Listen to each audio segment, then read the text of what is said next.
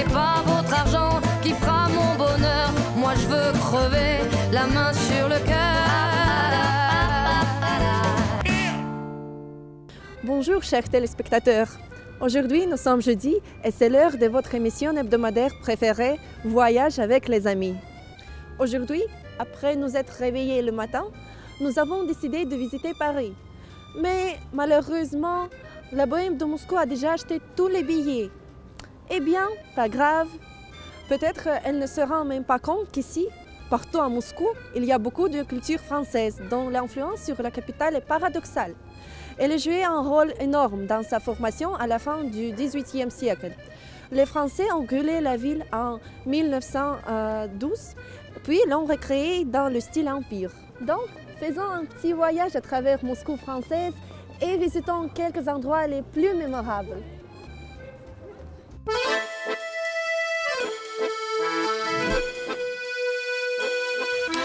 L'apparition d'un temple français dans le quartier Lubyanka s'explique par le fait que la communauté française a longtemps vécu. La communauté a apparu en 1763 après le décret de Catherine la Grande sur les privilèges aux étrangers.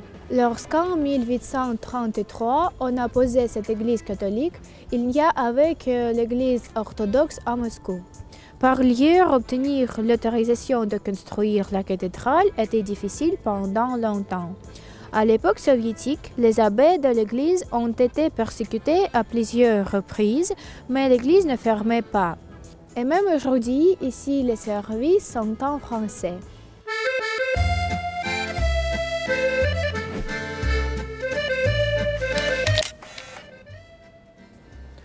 En tournant le coin de l'église Saint-Louis, on se retrouve ici, au lycée Alexandre Dumas.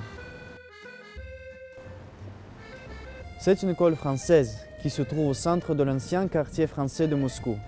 Fondé en 2005, le lycée est placé sous le patronage de l'ambassade de France. L'institution est destinée aux Français dont les parents habitent et travaillent à Moscou. L'école est située dans un bâtiment avec une riche histoire. C'est ici que se trouvaient les écoles françaises pour filles et pour garçons, de la fin du XIXe siècle jusqu'à la Révolution. Le lycée compte environ 1300 élèves, dont 70% sont français et 18% sont russes.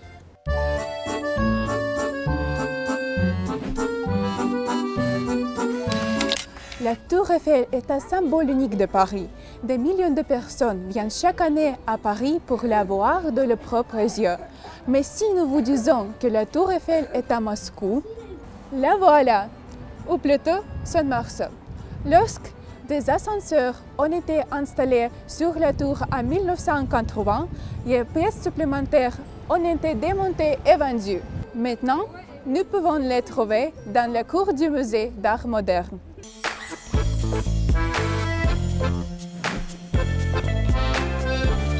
La maison de Tsvetkov a été construite à la fin du XIXe siècle. Dans les années 1940, le manoir a été cédé à Ernest Petit, général français de Normandie-Niéman.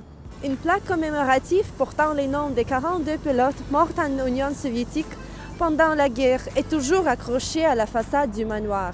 Depuis le milieu du siècle dernier, le manoir appartient aux ambassadeurs militaires français et à présent, il se tient en attaché.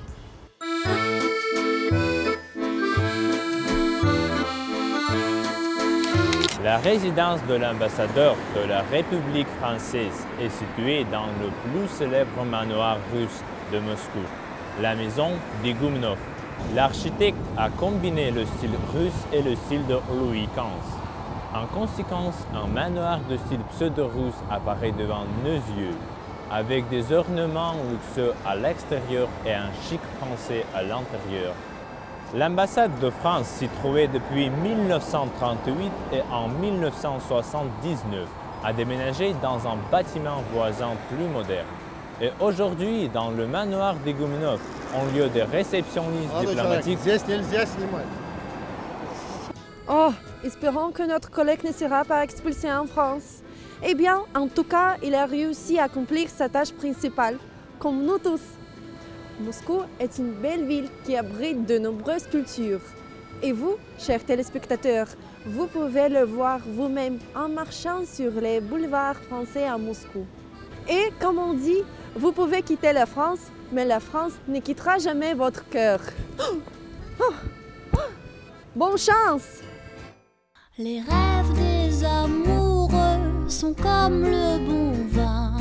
Ils donnent de la joie ou bien du chagrin. Affaibli par la faim, je suis malheureux. Pas longtemps chemin, tout ce que je peux, car rien n'est gratuit dans la vie.